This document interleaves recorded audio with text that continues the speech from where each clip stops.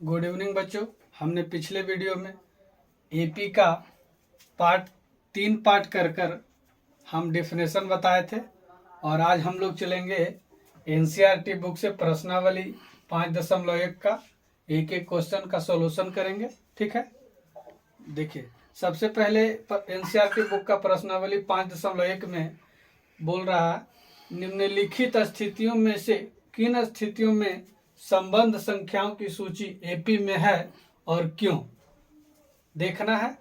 इसमें 4 क्वेश्चन है, इसको देखना है बारी बारी इसकी एपी में है या नहीं है, वही चेक करना है।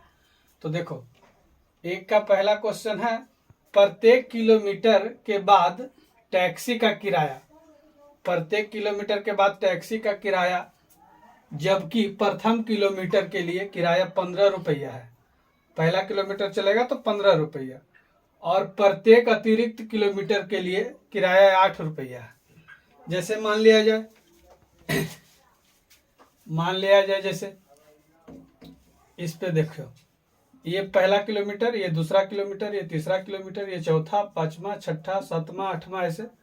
तो पहला किलोमीटर के लिए मेरा किराया कितना दिया हुआ है? 15 रुपया। और क्या कर रहा है, अब प्रत्येक अतिरिक्त किलोमीटर के लिए 8 रुपया बढ़ जाएगा।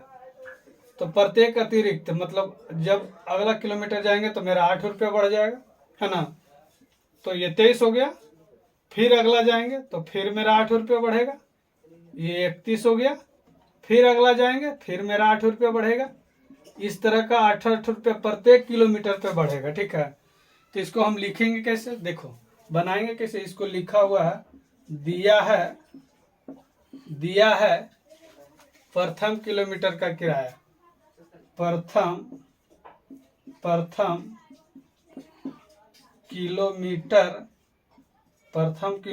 का किराया, प्रथम किलोमीटर का किराया कितना दिया हुआ है? 15 रुपया दिया हुआ है।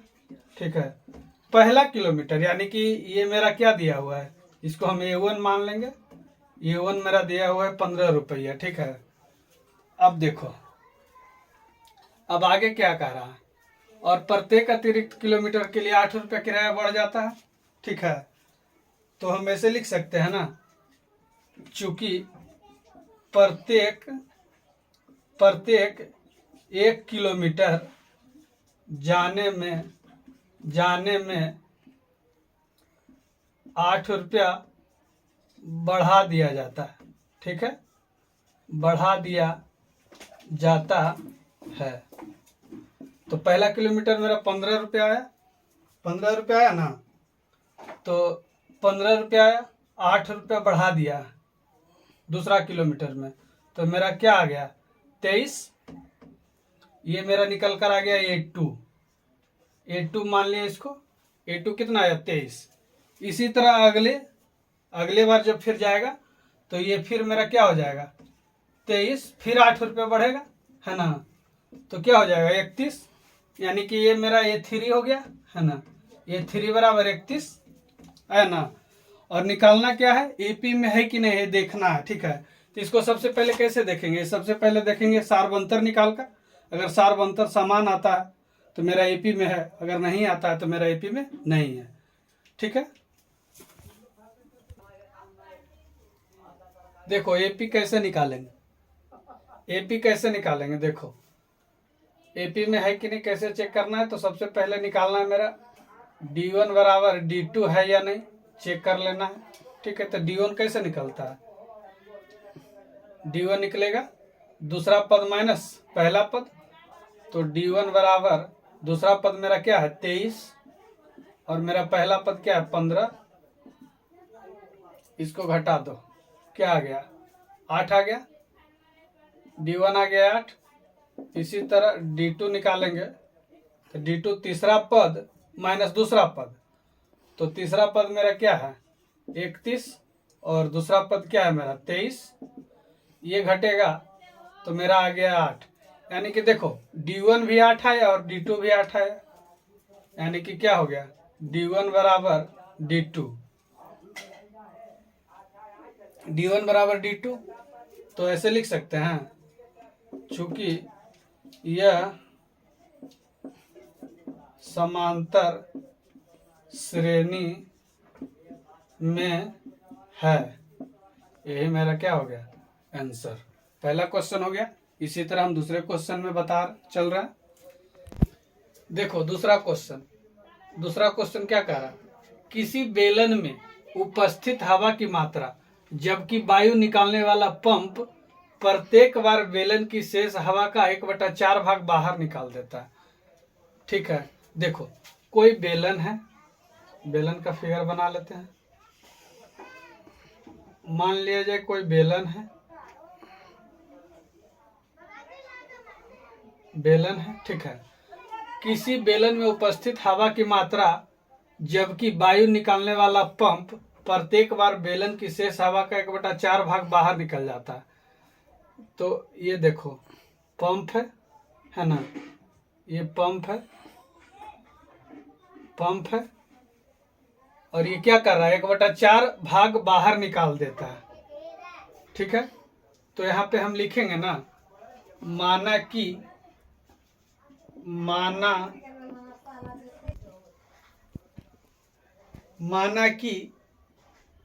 बेलन में हवा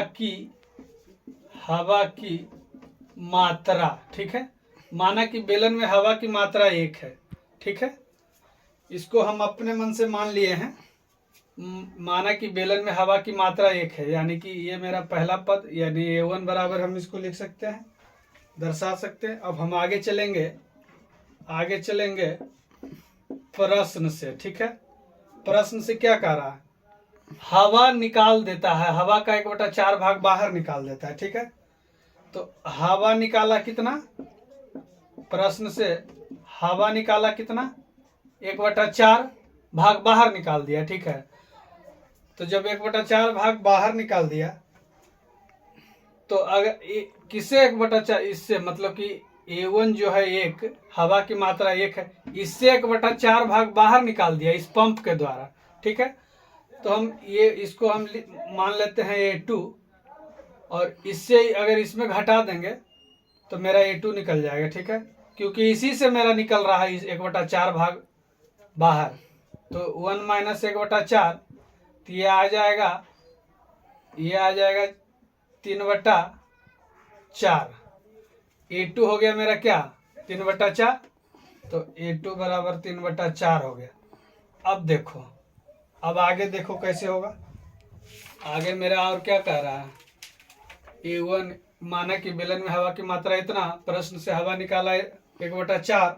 ठीक है, तो अब देखो ये क्या हो गया, ये मेरा हवा निकाला, इससे इतना में मतलब 1 से जो हवा निकाला 1/4, तो मेरा इतना निकला।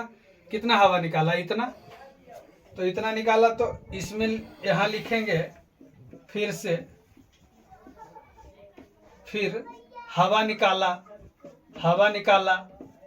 कितना 3/4 ना, इससे ये घटा तो 3/4 है, 3/4 हवा निकाला, और पहले से मेरा हवा निकल था इतना, तो ये कितना हो गया 3/16। गुना करेंगे ना, तो 3/16 आ गया। तो इससे अगर इस दोबारा मेरा इतना निकला हवा, अगर इससे फिर इसको घटा देंगे तो फिर मेरा कितना A3 निकल जाएगा। तो मेरा हो जाएगा A3 बराबर